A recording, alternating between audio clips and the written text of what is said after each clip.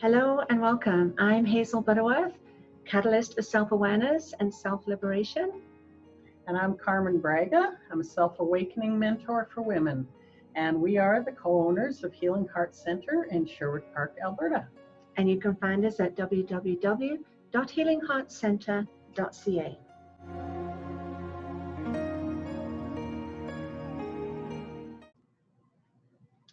Hello, I'm Hazel Butterworth. And I'm Carmen Braga. And this is part 2 of our topic of fear. Yes, the big topic. I wanted to start this off. I wanted to read a quote to you guys. This is by Jiddu Krishnamurti. And he had a very good point with this. He said, "One is never afraid of the unknown. One is afraid of the known coming to an end."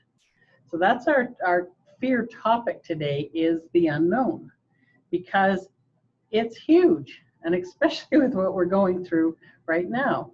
And so I just love that, because it really is about that fear of what you know coming to an end, right?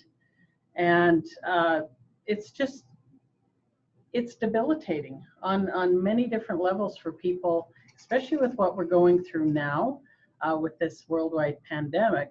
The unknown is everywhere right now, and people are living in fear over this.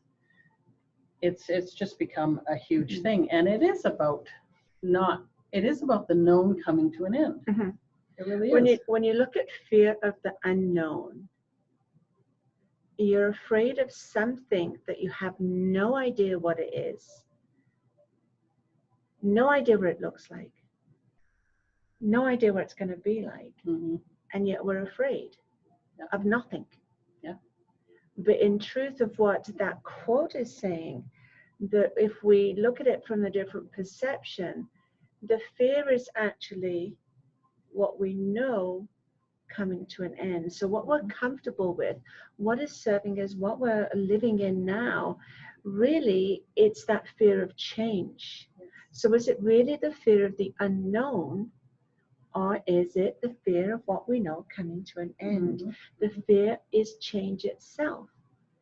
Because how can you fear something you've no idea? How do you know what that unknown's going to be? It could be the best thing ever. It could be fantastic, and we're afraid. Well, and that was a few years ago. One of my, few of my guides actually spoke out, because this was something that I was dealing with at the time, was this fear of the unknown. And they posed a question to me. They said, "When you wake up in the morning, do you fear the day?" And I said, "No." And they said, "Well, if you truly feared the unknown, you would fear every single day, because every single day is the unknown. You don't know what's going to happen from day to day, right?" And I thought, "Oh, damn, that was a pretty good point." It is. And that's a lot of what we teach, right, is to embrace the day. We don't know what's going to present today, but if we approach it and embrace that whatever is going to come across, it could be fantastic, it could be whatever it is, we are in a much better frame of mind, a much stronger sense of being if we're approaching it and embracing it than if we're approaching it from fear. Because again, we talked about, if you're coming from love, right, embracing, it's open and you're receptive. If it's fear, you're like cowering away and contracting. So yeah. And we don't want to start our day like this. No, absolutely not. Well, that's the thing. How about if we go into each day without any expectations at all? That actually is something that I have experimented with myself. Is letting go of all expectations in anything that I go into. And I found that prior to that, I used to go into things expecting a certain outcome.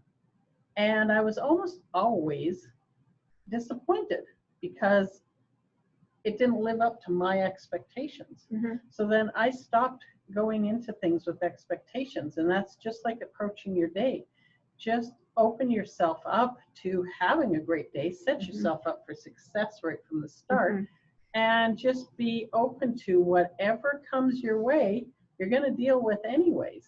So instead of fearing it, look at it with more of an excitement and, ooh, I wonder what's going to happen for me today, right? I wonder what we'll experience today. It's a very different different vibration, different energy altogether. Right? And we understand there are certain circumstances where perhaps lifestyle or the situation, if you are in a scary situation, if you're in a country where there's war or there's, you know, there's a lot of trials and tribulations, we know that that fear is a very real fear. And so when we talk about this, about embracing your day, we're also acknowledging that in some circumstances that this is a far reach to say, oh, today's going to be wonderful, if you're in a real dire situation in a country. So when we talk, we come from heart when we talk, and we always like to look, because we're quite optimistic, you know, and try and create the best case scenarios, and wherever that's possible. So that's why, you know, we're not dismissing anybody that's, you know, that has some what's perceived some very real fears and are in danger. Because yes, when you are in maybe in an abuse or a situation, then those days can be scary, because you don't know what's going to come, right? So we do recognize that and honor that. So yeah, for sure. I mean, I used to live in that I know place, you did. right? That's why I brought it up. And yeah, it is. You know, I walked on eggshells every day. Yes. I never knew what was gonna occur and what was gonna happen. But people do that not just in abusive situations, but either in a work relationship, a friendship, or a family relationship, where there is that fear of speaking up, right? That fear of the unknown. If I say that, how will they respond? And again, that walking on eggshells, it doesn't help you, it doesn't help anybody.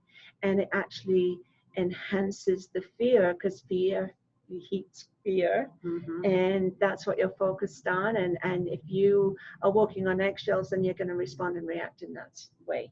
Whereas if you embrace the day and I wonder what we will experience, and we take that open approach, and because it is the unknown, and think, wow, there might be some goodies in that unknown.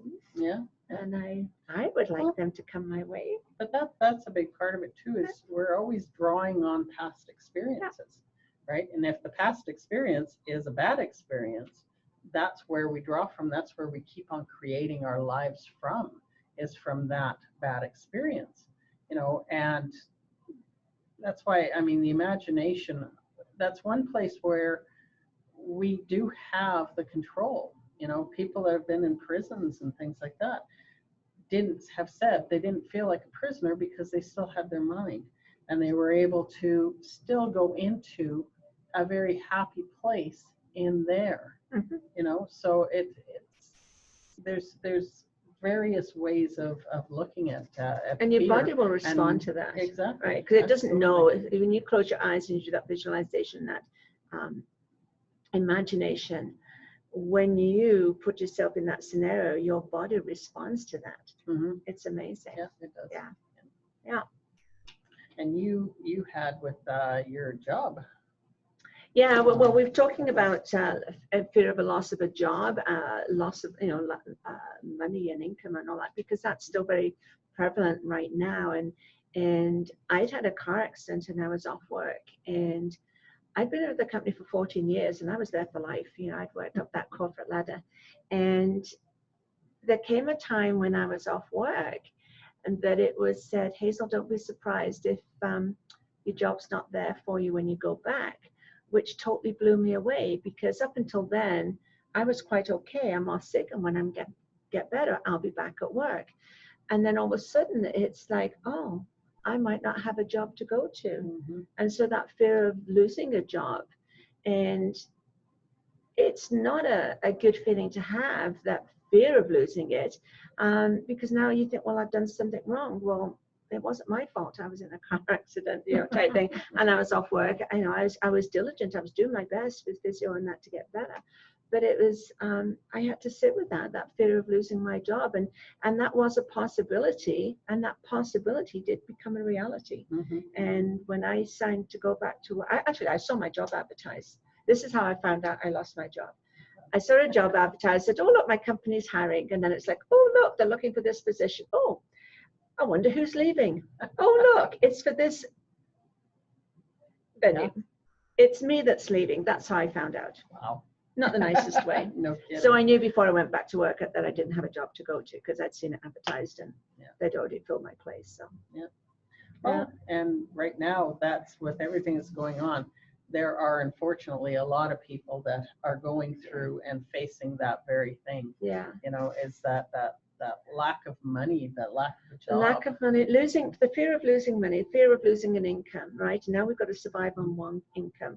And whenever fear shows up, remember, there is also opportunity. So when that fear of lack of money or loss of money, then maybe the opportunity is, let's see what other resources, let's see if there's something else I can do. And perhaps, in all honesty, you were in a job you didn't even want to be in the first place. Mm-hmm. And so this is a golden opportunity because now you don't have to quit your job. You don't have to be fired. You don't have to lose your job that way. You can say, you know what? I don't need that job anymore because I now have this. But if that fear of losing your job hadn't surfaced, then it wouldn't have prompted you to look elsewhere for other incomes. Yeah. And there's been a lot of really good stories coming out that people are suddenly, a lot of pop-up businesses and a lot of people starting to do maybe crafts or hobbies or things that they really love to do, taking their passions and then having opportunities to actually work that industry. And that's that fear of the unknown. But look what came out of that unknown. Yeah. Ideas and possibilities. Yeah, well, and it helps us, it kind of pushes us in a different direction to think outside the box, right? And that's the thing. We know from experience, when something isn't working anymore, you know, something else is on the horizon. This is your opportunity to try something new. Yeah, so, Hello, we're Hazel and Carmen with Healing Heart Center, Sherwood Park, and this is the Inspiration Station for Self-Awareness. And you're watching TVU. To watch our show, click on the Health and Wellness channel.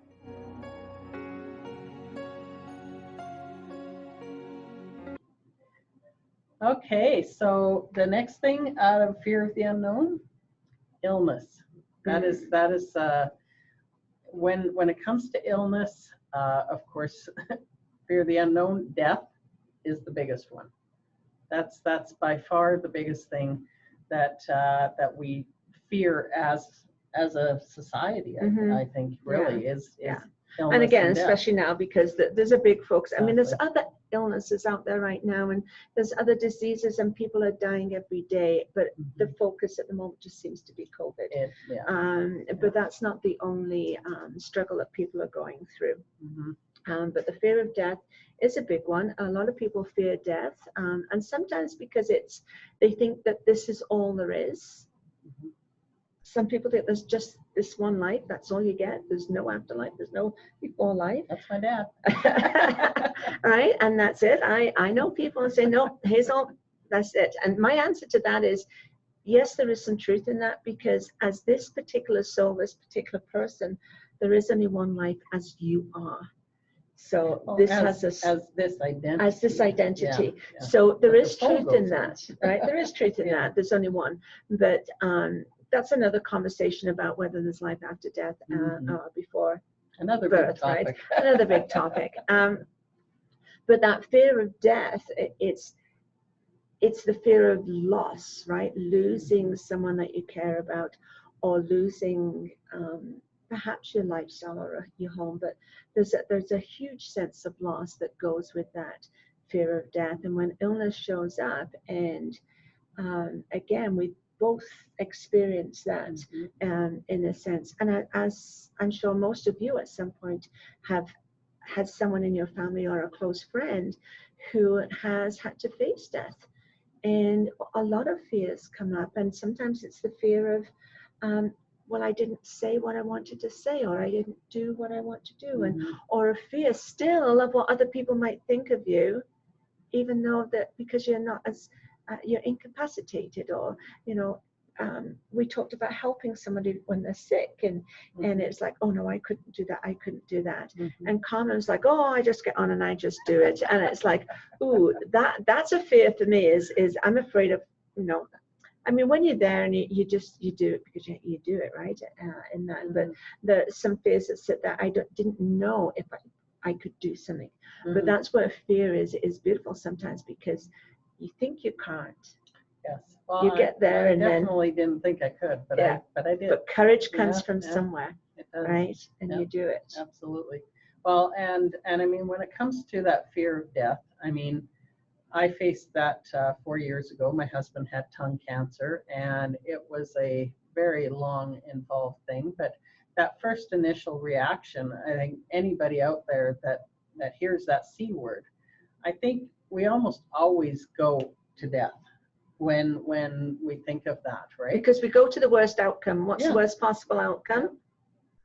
Death. Absolutely. Right. Yeah, and I mean, I went into it deep at that time.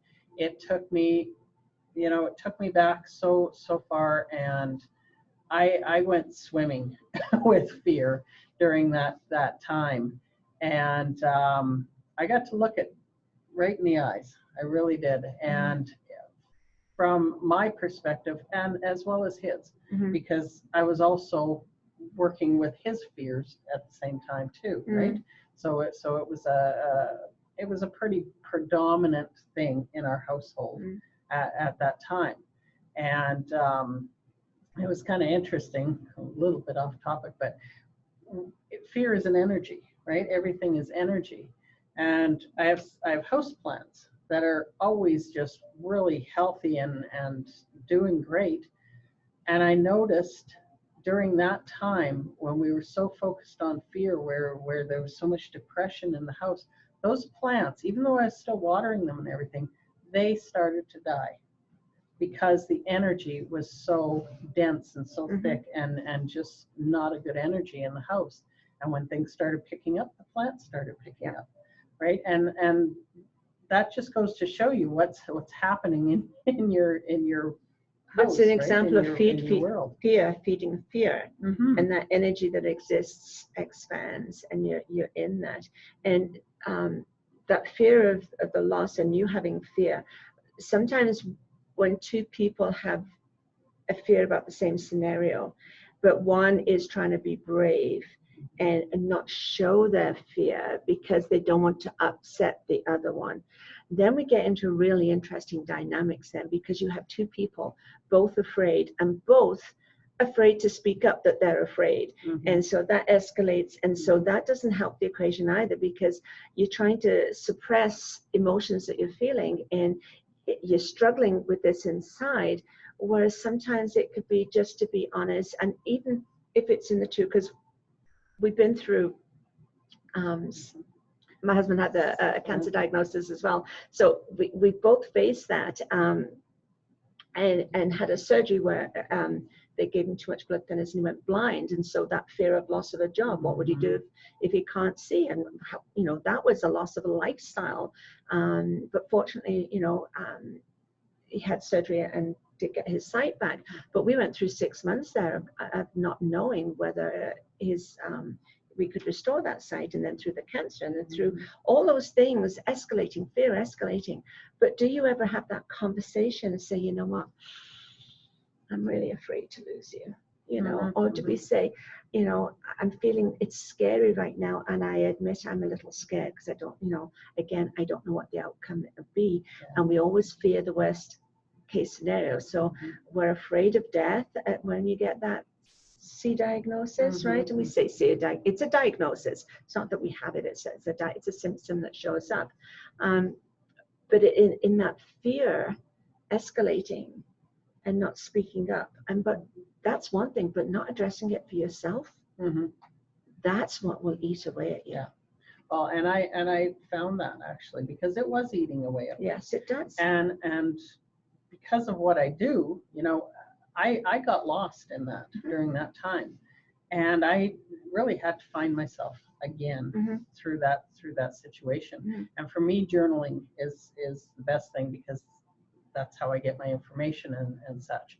And one day I was journaling, and I was so focused on the fear of loss, of losing him, and everything that I had known, right?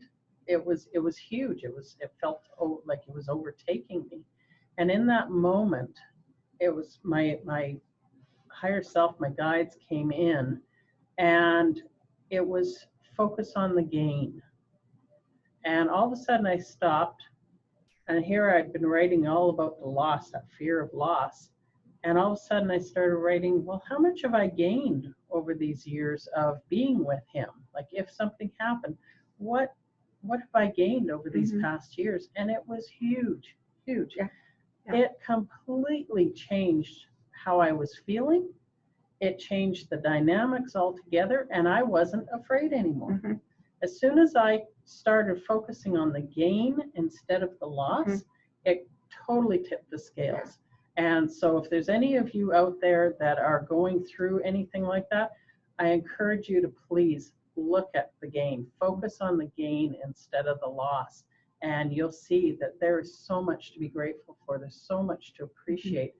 Regardless, if he died right then and there, I will still have gained so much from being with him over those few years, right? You see it you see it more and more at funerals, right? Funerals used to be such the sadness there, but they used to be so, you weren't allowed to smile, you weren't allowed to this, because they were serious and they were sad, and there was a protocol of behavior, and everyone wore black. And my dad's funeral was really different. And it was, I mean, this was quite a while back, before people started doing celebration of life.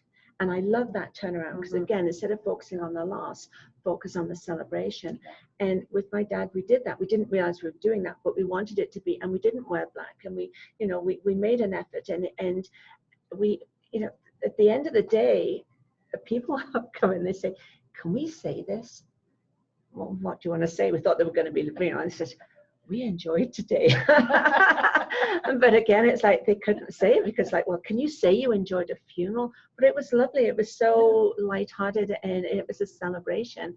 I had a friend, and her boyfriend died, and I went to his funeral. He was in his 20s, and there was hundreds and hundreds and hundreds of people there, and his mom got up and spoke, and that was very powerful, because again, he was in his 20s, and she was there in her bright colors, and she says, my life has been so blessed because my son has been in it. And she just sang his praise, and he was such a beautiful guy, and that was inspiring. And that was like, wow, that person was here, had a life, and look at how many people he had influenced and had an interaction with in a happy way, in a good way. So I think, when you're facing illness and death, it is that loss and gain. Yes, we have to acknowledge and honor our emotions and the sadness and the fears. And yes, we don't have to go out telling everybody I'm really afraid, but we do have to acknowledge it for ourselves. And perhaps journaling is the way, or perhaps to sit with it and just say, you know what, in this moment, this is really scary. But have that conversation with yourself, that self-talk. But I'm going to get through this, and I'll find a way. We might not have all the answers, and that's that fear of the unknown, but they will present, and they will come in just when you need them, right? And just reaching out and talking to someone, right? That's huge too. Yes. And that makes a big difference. And for him going forward, that's what he did too, right? Yes. Yeah, it helped greatly. But please don't stuff it down and shut it off and ignore it and deny it or suppress it. We do really need to acknowledge, and that in this moment there is fear. But what is driving that fear? What is contributing to that fear? Where is it coming from? All those questions you can ask of yourself, and then you can check in. Is it a real danger fear, or is this a perceived fear, or is this just because I don't like what's happening and I'm afraid of losing, whether it's a person, a job, or identity, right? So yeah.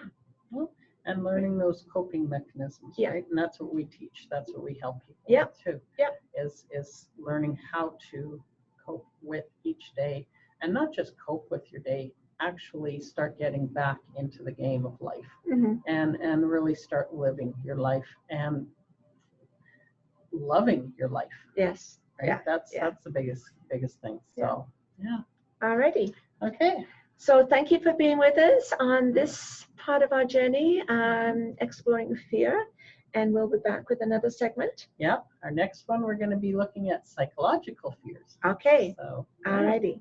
Okay. See you soon. Have a great day. Bye. Hello, this is Hazel and Carmen from Healing Heart Center. This is the Inspiration Station for Self-Awareness. And you're watching the Health and Wellness channel on TVU.